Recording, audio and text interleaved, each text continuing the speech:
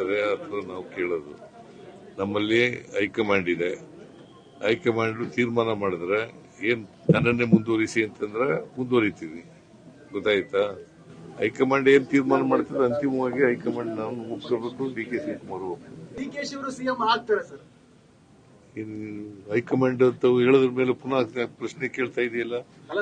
ಬಹುತೇಕ ವ್ಯಕ್ತಪಡಿಸ್ತಿದ್ರು ಕೆಲವರು, ಅದಕ್ಕೆ ಸರ್ ಅಲ್ಟಿಮೇಟ್ಲಿ ಹೈಕಮಾಂಡ್ ನಾನು 4-5 ತಿಂಗಳ ಹಿಂದೆ ರೀಸಫಲ್ ಮಾಡಲಿಕ್ಕೆ ಹೋಗಿದ್ದೆ. ಅವ್ರು ಏನಂತ ಹೇಳಿದ್ರು, ಮಾಡುವಂತ ಹೇಳಿದ್ರು.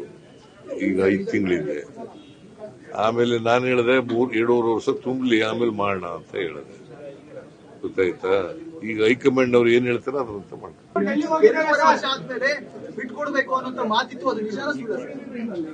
ನೋಡಪ್ಪ, ಹೈಕಮಾಂಡ್ ಅವರು